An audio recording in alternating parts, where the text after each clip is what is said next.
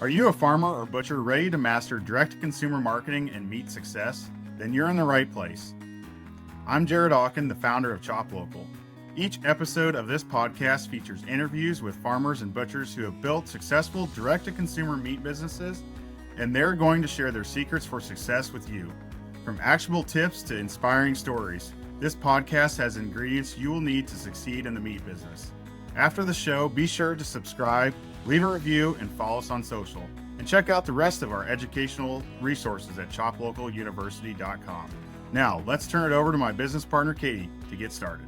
Welcome, everyone, to another episode of our podcast. I'm Katie Olthoff. I am one of the founders of ChopLocal and ChopLocal University, and I'm excited to be here today with Chris and Tawney Wolters, who are from Fluffy Butt Farms in Michigan. Welcome, Chris and Tawney.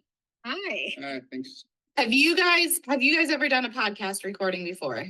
No. Nope, first one. All right. Okay. Well, for all of you listeners, you should know that we've spent almost an hour with technology troubles, Chris and Tawney and I. So we are finally recording this, and I'm just excited to hear their stories. So Chris and Tawney are maybe a little bit different from some of the other farmers that we're going to talk to in this series. They are first generation farmers, and they didn't start farming until they were in their 30s or 40s? 40s. 40s. Okay. So give us the rundown. How did you become farmers in your 40s? Oh, I've been that one. Go ahead. So, we both work in the airline industry, and then COVID hit, and we didn't really know if we'd ever have any jobs again or what was going to happen. And she'd been begging me for chickens. So we both had a bunch of voluntary leave as soon as COVID hit, like in April of 2020. So I looked it up, started Googling, can I keep chickens even if we go on a 4-day trip and go to work?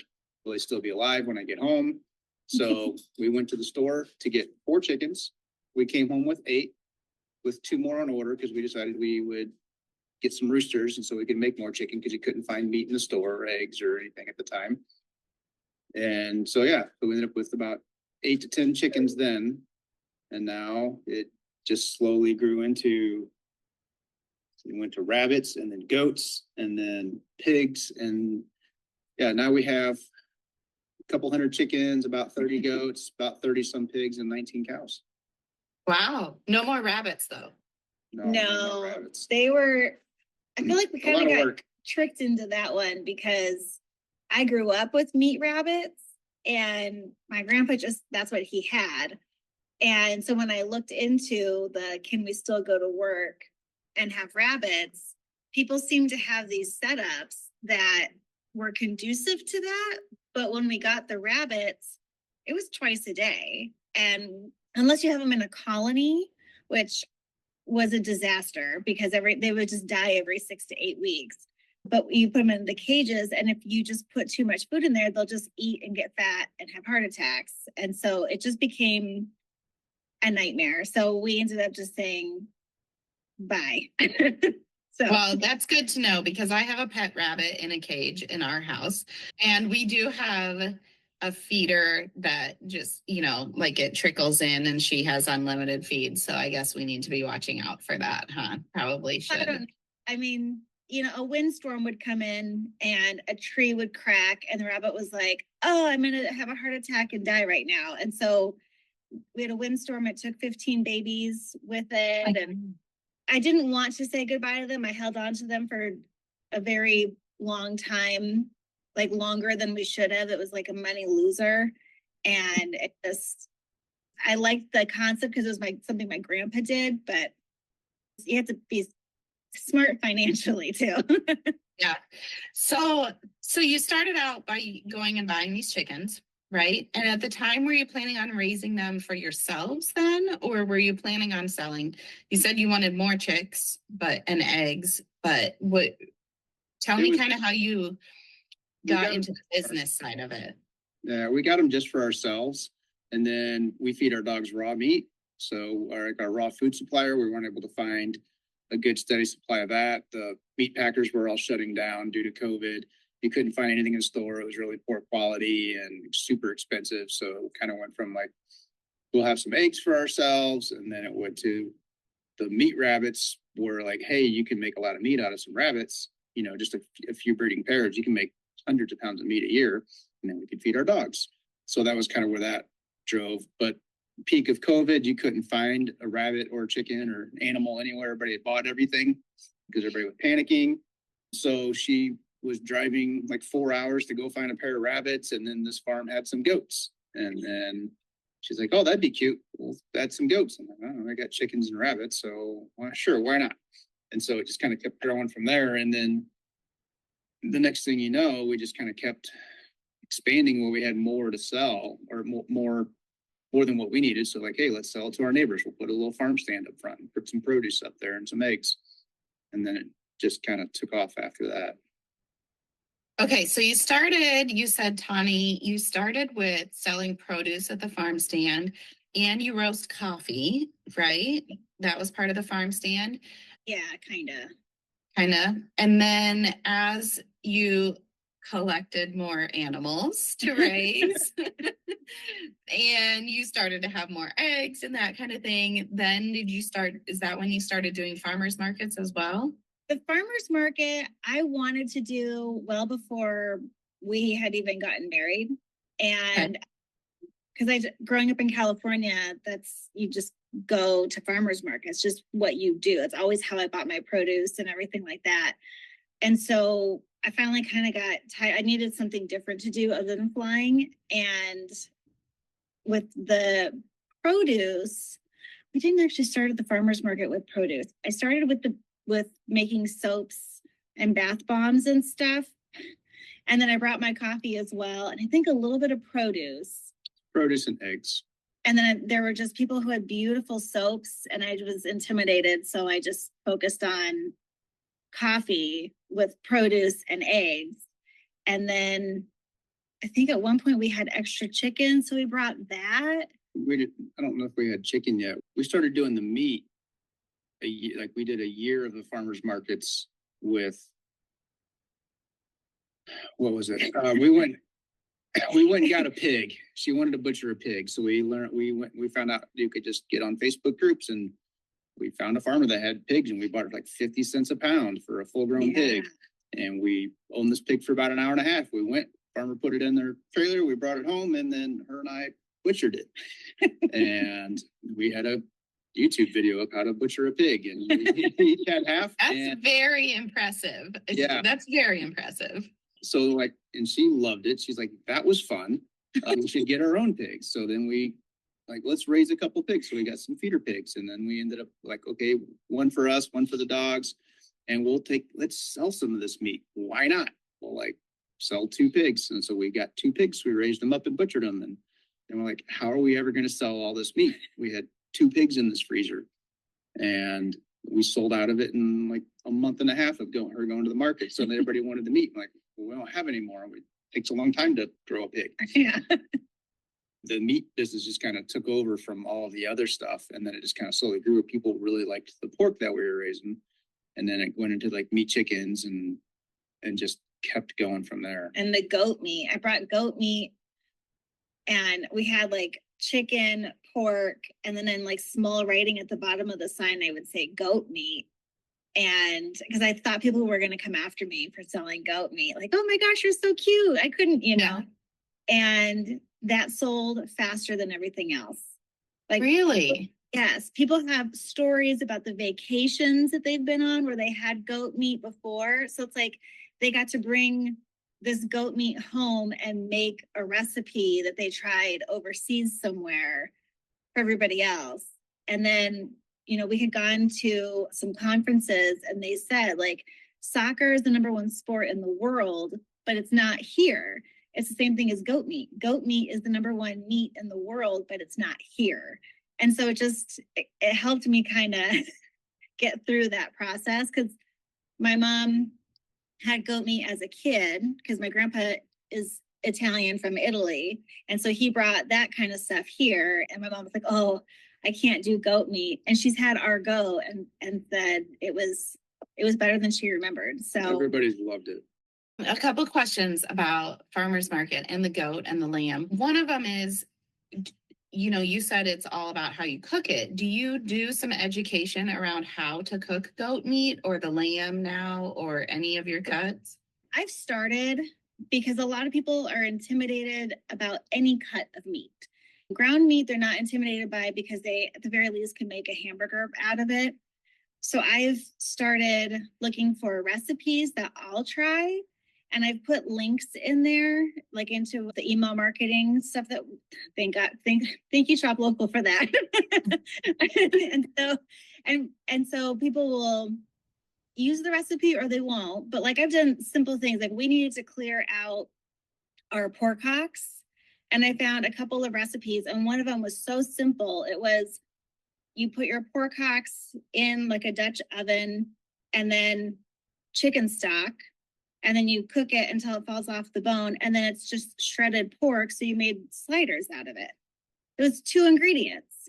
And so easy. So easy. I've done the same thing with our beef chuck roasts. Just put it in your oven. Here's the temperature, start shredding it. And now you have shredded beef. And we've done like burritos, nachos, whatever. So it's like, I try to do it simple, like the fewest ingredients possible, because people are afraid to cook. And that's the one lesson I've learned at the markets is they want to cook, but they don't know how to.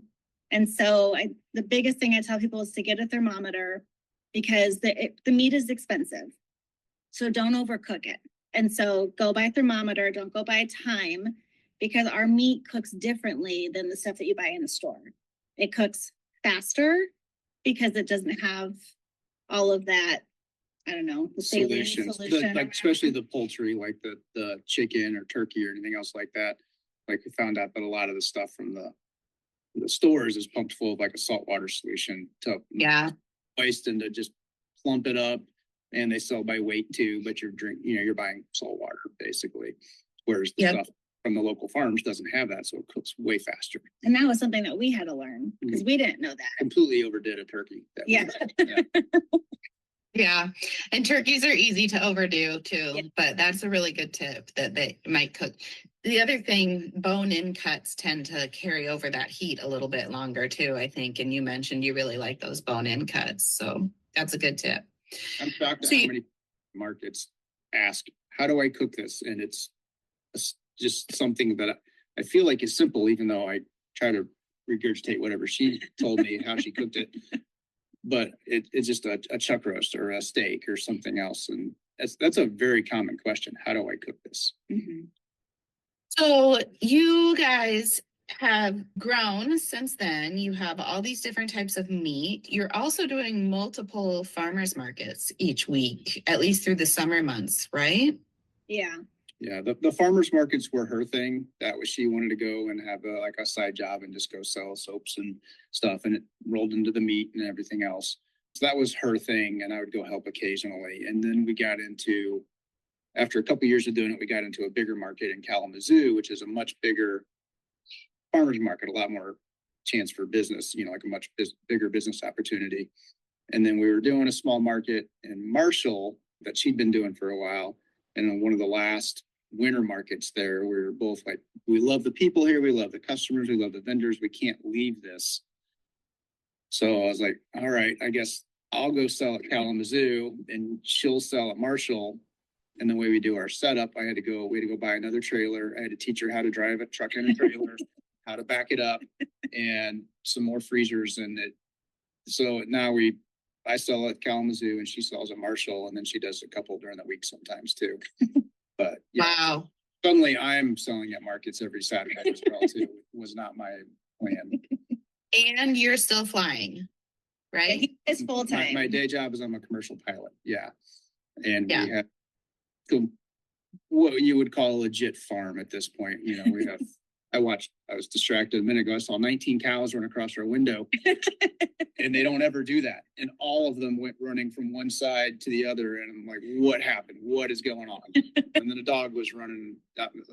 Like, they don't do that. What happened? Did a tree fall on the fence? So that's the best though. I always say that I think everybody should be able to see cows outside their window. Like it's just. This is our first year having them right outside of our bedroom window. And it's been interesting to wake up to them. Yes. Yeah. Yeah, for sure. Okay, so now you're doing all the farmers markets. Chris is doing farmers markets too. You've got 2 trucks and 2 trailers. Is that what you said? Yeah, we have 2 cargo trailers. So the way we're selling out of coolers like a lot of people do at the farmers markets, just, packing stuff in coolers. Here's what do I think people want to buy, and take and load that, take there, hope to keep it, frozen through a hot summer day. And then one of the markets we went to, there was a farmer there that's well established. He's been doing it for years. He invited us in, even though we're direct competition. And he's like, you guys need to get freezers. And he had these freezers, like ice cream freezers. And he had built little carts and he rolled them in and out of a cargo trailer. And he's like, who wants to buy meat out of a cooler on a July day? So you guys get these freezers. So we ended up finding some freezers. And That's been a game changer. You can just roll it. You stock the freezer up. We go to the market. We have electricity at the markets that we go to. We plug it in. They can just slide it open and look in there and shop, and they can look at each cut and pick out what they want. And at the end of the day, we bring it home. We take it off the trailer. We roll it into the garage or the barn where we keep it, plug it in, and all we have to do is restock it for the next market. It's super convenient. Yeah. So Yeah. I seem to like it. Are your cuts vacuum packed so they can see inside the package then too? Okay. Yeah, it's all vacuum sealed. Do you have any issues with people as they're, I don't want to use the word rummaging, but as they're looking through, do those vacuum seals ever break? Do you have any issues with that? We occasionally, some of them will break. If it looks good, I might keep it in there for like a market or 2, but normally that goes into our freezer, or I'll, give it to them for a discount just because I don't, it's lost its seal. It'd be a very small percentage. I think that's a problem that happens. And I don't know that it's from the customers doing it. I think it's more of us banging stuff around, like, loading them and stuff like that. But it happens occasionally. That's something we'll eat or just sell at a discount. Okay. Yeah, that makes Okay. sense. We move through it pretty fast, so it's not really been an issue. And then we were talking, so obviously farmers markets are a great place to meet your customers, and you kind of have that built-in base right there. A lot of farms really focus on social media then to keep in touch with them. Chris does a little bit with social media with Facebook, but Tawney took part in one of our ChopLocal University email marketing courses. And Tawney, you really kind of spent more time on that email side. Yes. And I was actually thinking about this the other day. I started kind of playing with the emails just to kind of see who's listening and reading. And I'll do like little things at one of the markets, like, make sure you give, Mackenzie's our employee, make sure you give Mackenzie a high five. She did the whole market by herself. And, we had to teach her how to back up a trailer too. And she got 5 high fives. So you knew that people were reading it and they were taking action based on your emails, huh? It was an immediate effect because she took that class with you guys and started sending out the emails because she was like, I don't want to do this. I don't want to do this. And she started doing it. And then it's literally, I'll have people like, I didn't, if she forgets to send one, where's my email? I didn't get an email. Or people come up and say, I want this thing that she featured in the email. Like we had 50-50 burgers. What was that? Well, I want 2 of them. Just give me 2 of them. They'll walk up and just say, I want that thing in the email. So, people are reading it and it's definitely made a difference. It's absolutely like increased sales. And I don't use it as like a sales thing. It's kind of like what happened on the farm. And okay, we're out of this stock. We might be getting this back. And at the very bottom, like after I'm like done talking about the day, is when I say that, if you're shopping with us even a little, because we have a loyalty program. So you can click here for the loyalty program and get money back for what you're doing. And then, if you can't wait till the farmer's market, here's our link to the website. And so you can go and buy on there. And so if they want to sign up or purchase something, it's at the bottom of the email. So it's more of just, I don't know, me telling a story about what's happened. And sometimes there's nothing to talk about, but like, how's it going? Here's what we're doing. It's just quick and, because I have nothing else to say. It was just, we heard one of the other courses she took, something that's like relationship marketing. People are buying from you, not necessarily because of your practices or your, whatever you have. They buy it because they have people that come to see us, to talk to us. She's a very personable person. Apparently people like talking to me. They come each week and they want to talk about whatever they've seen or, and we have just customers every week that come and just, it's great seeing them. So Yeah, It's like a little social event. we didn't really start by selling our products. We started by selling us and the story and the reason why. And because I'm not a salesperson, I don't believe you need to buy anything. And so it's hard for me to say, oh, you should buy this meat because. So I just started talking to people. And because of that, people were talking to me for a couple of years, and now they've become like one of our best customers. So it's taken a couple of years to bag them. Right. And that's one thing that I think, I mean, you guys started during the pandemic. We're about 4.5 years, 3.5 years out since 4.5. Started I can't in do them. 20, so it'll be like almost 5 years, I think. Yeah, almost 5 years. And it does take some time to get started, but you're right that those relationships are so important. And I'm really glad to hear that the email marketing course helped you, because that's what I preach, is that email can help you build those relationships and really help increase your sales that way. And it doesn't have to be salesy all the time. They want to know about you and the farm and everything that's going on, especially with all of your critters that you have. Another thing that you guys do is you have a goat grazing business. Did that start? That started after the eggs and chickens. I mean, that's been since 2020 also.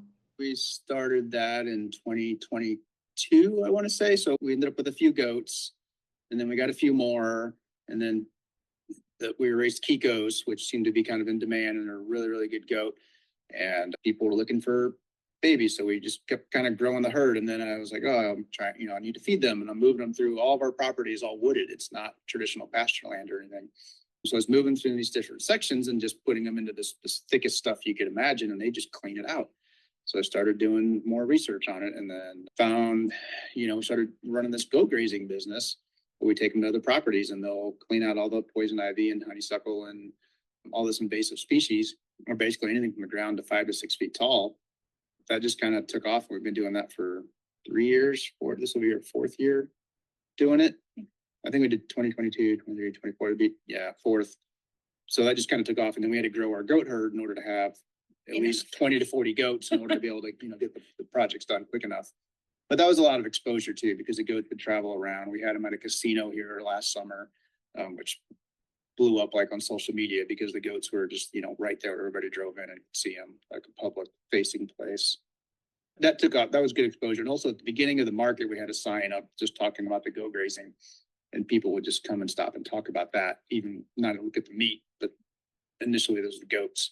Now we have people come looking at the meat, primarily, but yeah, it's still been a great avenue on it, but it's stressful. So putting goats and having them out of somebody else's property for 24 hours a day with my job, when I'm a pilot and when I'm gone, I'm gone. So I have to have help, between, and she doesn't really want to do any of that, but I have my dad that's helped out a lot. And now we've got Mackenzie, who was an intern, and we ended up, that's a whole nother story, but now became our employee, and she likes doing that. So she's able to help out, so we try to arrange the schedule as much as we can around when we have the most help. And then you have to provide them with water out there too, right? So you have to go out and set up fence and have a way for water. I'm impressed that they stayed in the fence, because we had goats. We had 2. And we could never keep them in, I swear. You have to get them really well trained. We use the electric netting, the roll-up stuff. We get it from Premier One. We've been really happy with that. But yeah, we use that. We get them trained early to it. And the water, we're in Michigan. Everything is just green in the summer. There's so much brush and lots of just woods everywhere. So when they're eating all those leaves, just that really lush green stuff, they don't drink a whole lot of water. I've got a tub that I take out there, and we'll put in 20 gallons, and that'll last them for a couple days. And I just bring out some little, 7-gallon containers of water and fill it up every day or so. But really, they don't drink a whole lot of water for the most part. That makes sense if they've got plenty of forage there, which that's the whole point that they do, right? So it's good for the goat, moving them to different properties. So they're not getting the parasites. The customers really like it because they're getting their property back. The goats enjoy it because it's just a smorgasbord of food. And then, it's good for everybody all around. You're making me tempted. Like I want to get a couple and just do it like here. But like I said, we had goats once. It was not our favorite farm. I would love, hey, with the goats. Yeah. Yes. I think we end up having a love-hate relationship with all the animals at some point though. So. The cows have become my favorite though. I really like the cows. So. And have you harvested any of your cows yet for beef? I can't remember. Yeah, we got them in 2022, like in the fall. We bought about 8, I guess, something like that. But we bought some Irish Dexters. We bought some that were already bred and a steer or two. And then we bought a bull because, we don't want to rely on anybody else to be able to supply us with a feeder. This was all the way back to pigs and chickens and all that. COVID days, you couldn't find anybody to supply anything. So we need to be able to make our own. So we've got a bull. Now we're up to 19, like the herd's 19 animals now. We got our first beef back this summer. And I took one bite of a ribeye, put my fork and knife down, called them and said, we need more. So now I've been searching. I've bought some steers from some of the farms we bought our breeding animals from because, it takes just under 3 years that we do completely grass-fed beef. So you got 24 to 28 months. So, 2.5 years at least. And the demand's just been crazy. We did 5 or 6 beef this year, I think. And we're basically out. And ground beef is one of the things that we sell. Just we can't keep that in stock for Well, whatever reason. I mean, the steaks go first, obviously, but it's surprising that, and the animals we raise, one thing we do on the farm is everything we raise is a niche breed. Nothing is like a commercial type. Like we raise Mangalitsa pigs, which are very expensive to raise. Irish Dexter, which are smaller cows. The Kiko goats, nothing's just a commercial type, it's beef. No, everything's like really good heritage breeds. And it's been really popular, but they're expensive to raise and you get less meat off, pretty much all these different animals. So but they're very independent because they're heritage. They take care of themselves, which we need because, we leave. So we need them to be able to take care of themselves. Right.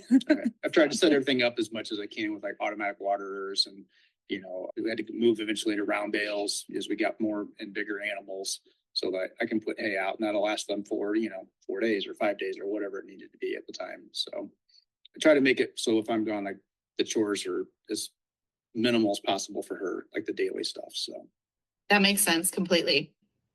At your farmers markets, are there other meat vendors there? Are there other farms with meat that are at those farmers markets? Yeah, at one of them, I'm the only meat vendor.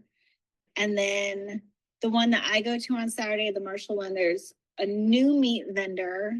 There was a very seasoned, very popular meat vendor. He just retired and then brought in a 5th generation farmer who's new to markets. And then at his Saturday market, I think you have like 3 or 4. There's several. Kalamazoo is a big market. There's probably 3 bigger meat vendors, probably at least 5 or 6 people selling meat. Some of them have been doing it for 15, 17 years. They have a line nonstop, all day of just people coming in to buy it. And another guy that's selling just freezer beef. And we can't compete on those prices at all. Mm-hmm. Like we started this farm at middle of COVID when everything agriculture just jumped in price. Nothing was here. We had to build every bit of fence and, buy every water trough and everything and all the breeding, all the animals and stuff like that. So it's amazing. Like for anybody trying to get into farming, the cost is just insane to just try to get into it and be able to build it.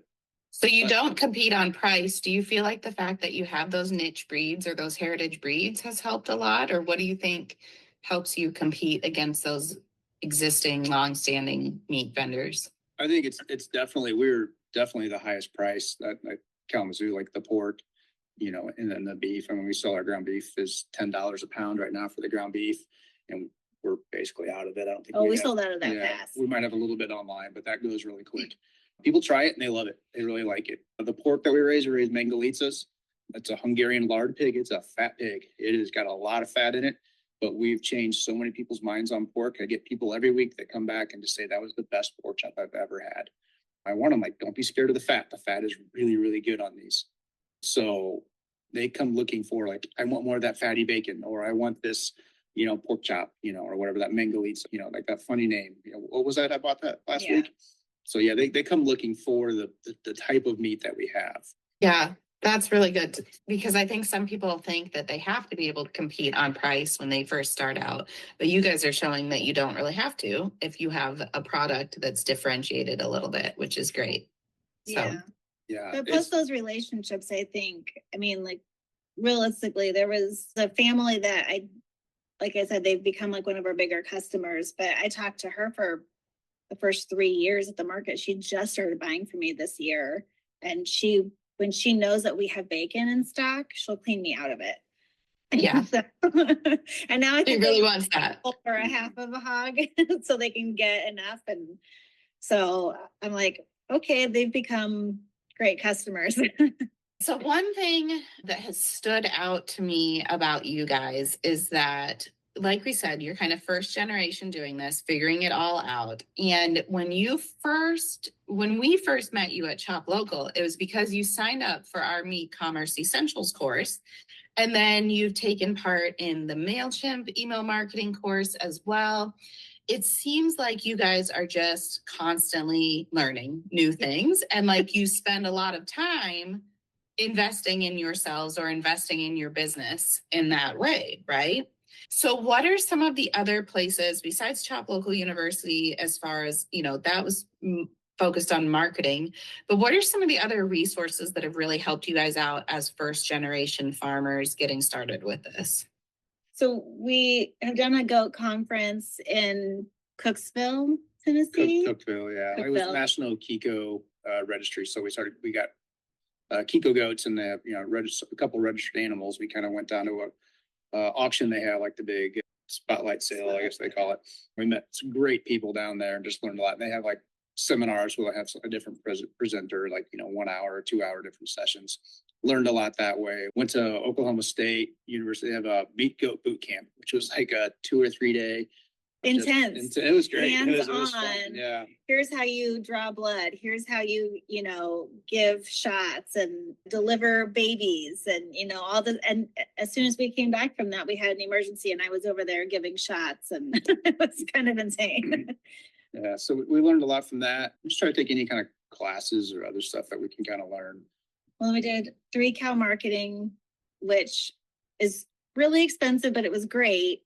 For me, it helped me out with like managing my day. And so it's like everything's so overwhelming until you clear your head out and then kind of come up with a schedule, knowing that something's going to go wrong and you probably won't get to accomplish all of these things. And so it just made me feel less insane, realizing it's not just me. So, yeah. Well, just like our technology issues that we had as we were trying to record this, right? Like we just got to go with the flow, expect those unexpected, especially on the farm. I mean, that's got to be a learning curve. I didn't grow up on a farm either. And so just knowing that, like, when my husband goes out to chore, it might be a real quick thing where chores go exactly as planned, or it might be that there's some sort of a disaster that has to be fixed before morning, I constantly go out to do something and then oh, I got to go do this. I got to fix this. They knocked this over. They did whatever. So there's a lot to that. But some learning stuff. I think we found ChopLocal. We have been wanting to ship meat for a long time to learn how to do that, and somehow just stumbled across you. And then we signed up on the class and did that. And I was like, because it was like, hey, we're going to teach you how to do this. So I love being able to offer that as a service, because not only hey, everybody's like, where can I find this kind of meat, or whatever. I'm like, I have that, and then I'm 4 hours away. You can come pick it up. Now I'm like, I have that, and I can ship it straight to you. So it's still a small part of our business. Like the farmers markets are absolutely the biggest part of it right now, but it continues to keep growing. And we're just trying to kind of push that side of it too, and just be able to open up different avenues and markets. Our biggest challenge with that has been able to keep meat in stock. To keep it. We have a lot of different products that we offer. I mean, we do chicken, pork, beef, goat, lamb, and we've added fish now too, that we buy from a commercial fishery up in the UP, and then we sell that as well too. So there's a lot of different. So the inventory is a nightmare trying to keep all that straight. Yeah, I was going to ask that if you figured out a system for inventory at farmers markets versus inventory online. I will tell you, I've yet to talk to a farmer that has a perfect system for this yet. So, I think we've finally nailed down a system. And so I have to keep them separate. And so now I have little stickers on everything that's in ChopLocal. So it'll have like a little ChopLocal sticker on it. And then we finally got like a freezer to kind of move. Like we were doing all those deep freezers for a long time, and I have a bad back. And so like bending over and pulling heavy boxes out, it's like, it'll be career ending for me. And so we have an Excel form that I have, and it has like our back stock and ChopLocal. We finally decided to quit with like Market Wagon because that 3 different inventories was too much. And then I stopped keeping track of farmers market inventory because you can only do it on Square with like by the weight. And if it's off by like 0.1, it just messes everything up. So that got to be too much. We basically know what's in there. We know we can go back through Square and see what sold that day and then what we need to add into it. But having it just printed out by every single cut size and everything. And then because with ChopLocal, we have to say there's 2 per packet. Like everything is, as soon as we get the meat in, we write down every little thing. And then it's like, I'll look to see what's on ChopLocal, what I need to restock. And then we stock that. And then everything else goes into back stock. And like right now, because the markets are like twice a month until May, basically everything we have is just on ChopLocal with a little bit in back stock because we have a higher chance of it selling on ChopLocal. And that my goal for next year is to have the majority, like I will say 50% of our sales online. And we're allowing people to pick up things at my mom's chocolate shop or at the farmer's market. So it's like, you can still buy it and we'll get it to you, but just buy it online. So we're trying. Right. Just get that pre-order, get them to commit to purchasing it. And then, I have to bring this to the farmer's market. We talk about how that's such a good way to make sure that your farmer's market day is worth it for you. If the weather's bad or something else is going on, if you have those pre-orders, it can really help. Right. Keep the inventory separate if you can, because if you would have a roast or something that's, 3.4 pounds and nobody would buy it for weeks. And then somebody would buy it online, and before you could even take it up, like somebody would buy it at the market, and before you could even get it taken offline, somebody bought that online and now you don't have it. And that happened to us several times. It wouldn't sell for weeks, and then suddenly 2 people would buy it.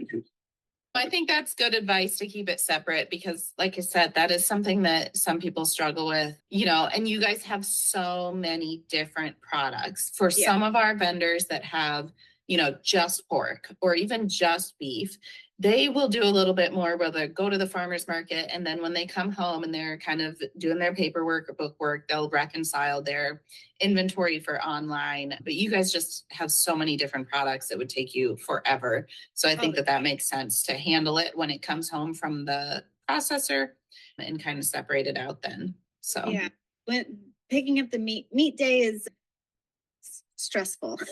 It's my least favorite day because you gotta, bring it all in, write down the inventory, and then we do put the stickers on it just in case it gets mixed up somehow. And then, but now that we have a separate freezer, like we can just take the meat over there, so they're not anywhere near each other anymore. And that's been nice. What kind of stickers do you use? Because you're putting stickers on them once it's frozen, right? Yeah, they're just the little Avery round stickers.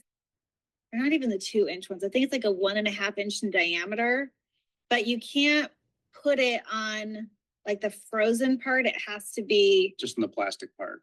Mhm. Okay, that makes sense. So it's up on okay. We have somebody that another farm that I'm talking to that wants to put labels on their ground beef that it's already frozen and there's nowhere to put it. That's not. Hold it and get it warm. Yeah, we were doing this for a while and warming it up, and that was helping. But the little thing that sticks up on top, you can put those stickers up there. Yep. Otherwise, we've moved over our ground beef. We moved over to the clear plastic square things, and boy, that does not slow. Like the round packages of the ground beef stuff, people would look at it and go $10 for this, but that packaging cost us an extra 40 cents. and people don't question it. They just grab it and buy it. Really? You feel like the flat, Yep. backpacked ground Bacon. beef? Because in the grocery store, they buy that and it's always more expensive and it's always that fun, it's like always something more. But there's something about seeing that people will buy that faster than they question. It looks cheap in the other packaging. That's really interesting. It's amazing how many farms are selling meat cheaper than you can buy it at Walmart too. Like for poor quality meat, and there could be, we learn it could be 100 different cows inside of that one package of ground beef you get at Walmart or wherever else. And it's kind of amazing. And you talk to these farmers, they're like, yeah, I know I need to raise my prices, but they're afraid to. And they don't. And I think a lot of them, they're probably not making money on it now, or just, and it's really hard to keep track of, because when you have an animal, it took 3 years to raise. How much hay did I feed them? How much labor? What was actually into that? It's more, it's hard to figure that out. But yeah, it's $10 a pound. We start looking for, if you try to find anything that's a grass-fed beef in the store, you're talking at least like $8 for like something like that. So value your product, and you have to get paid your time. Otherwise, there's not going to be the small farms, because what's the point otherwise? Absolutely. It's an incredible amount of work. Yeah. People have no idea how much work it is all day. Just there's always work to be done, and it never seems to end. So that's a really good place to, I think, ask you guys, are there any other really big lessons that you've learned that you want to share with listeners? Gosh, I feel like we jump in with our head first. Like, we don't learn. We learn about it to an extent, and then we get antsy and just go for it. And so I've always admired the people in the classes that we're in that don't necessarily have the animal yet, and they're learning about it, and they're taking these classes to kind of see what the reality is. And then they're talking to the other farmers. So I feel like it's okay to go slow. You're not necessarily missing out on anything, but I feel like we've learned so much. We have made mistakes, so many mistakes. And I feel like to be a common thing. Everybody's got stories of mistakes or whatever, that this didn't work, or this worked or didn't work, and stuff like that. And when you're lying in bed crying, you're not alone. You might be, if Chris is flying, you might be lying in bed crying alone. He's gone and something has, gone disastrously. But no, I think you're right. Like you said, everybody's making mistakes. There's a little bit of trial and error that has to happen to make it happen. So even the people that have been doing it for 20 or 30 years or whatever, they still, they still have problems, just the same as, you do, maybe different, but everybody's got stuff that just goes wrong at different times. So don't be discouraged by it, really. But I would say learn as much as you can, take as many classes or different things that you can do. Talk to other farmers. Yeah, just get different ideas, go to different farmers markets and see different setups of what, kind of people do. Don't be afraid to charge what you think it's worth. People will buy. We're constantly sold out of our stuff. That's our biggest struggle, is keeping the meat in stock. Yeah, especially when we have people who are selling it for less, we're still sold out. So, but they come to buy. They buy from you, and they also buy because they like the product. We raise really high quality meats, and it's kind of scary, because she's like, we need to do soy-free feed for the pigs and the chickens. And so all the chicken and all the pork we raise now is soy-free, which almost doubled our feed costs, which is an enormous bill. But that there's people that are out there looking for that stuff. So, find a niche breed or something you can do well, and figure out how to do that one, because you may not be able to compete with somebody that's been raising beef for 30 years on cost at all, because they have all their infrastructure and stuff set up. So figure out what you want to do. We do the fresh chicken thing. We saw that on the YouTube on I think it was Just a Few Acres. We watched that guy Pete, and just loved everything he used to with the Dexter cows. And we ended up, every state's got different rules, but in Michigan we went through a very long process, and we ended up becoming a licensed chicken processor. So we're licensed to wash and sell eggs now at retail in stores, and we can also butcher our own chickens and sell them within the state as well. We can't ship it; it's not USDA, but we can sell it within the state, even to restaurants and other people. So we'll take and eat once a month. What we'll do is we'll have fresh chicken. So we'll butcher it, and then the next day we take it in, and it's never fresh, never frozen. That's a huge hit. We usually sell out of that immediately. So just find something, to get people to connect with you or something like that. I love it. Like Tommy said, you guys jump head first straight in there and just do it. So Making her dreams come true. This is all her fault. That's what I say. No plans on being a farmer yet. Here I am. So. Yep. Well, it's a great story, and you guys are doing a great job and provide great customer service on ChopLocal, which is something that we really appreciate too. And we love working with you. So thank you so much for joining us today. We will put this up on YouTube, as well as, for listeners to be able to listen to it on their favorite podcast channels. And we'll try to put some photos, or you can check out Fluffy Butt Farms MI, Michigan, Fluffy Butt Farms MI on Facebook to see some of the photos and that type of things. And that's the website address as well, right? fluffybuttfarmsmi.com. So you can see that too. All right. Well, thank you guys. Have a great day. Hopefully no disasters and chores go exactly as planned for you today. See why those cows were running away so Well, fast. thanks for having us. Thanks so much for tuning in to Meat Success. We hope this episode gave you fresh insights and inspiration to beef up your meat marketing. If you enjoyed the show, don't forget to subscribe, leave a review, follow us on social, and share with your fellow farmers and butchers. Have questions or ideas for future podcasts? Reach out to ChopLocalUniversity.com. Until next time, remember, there's more than one recipe for meat success.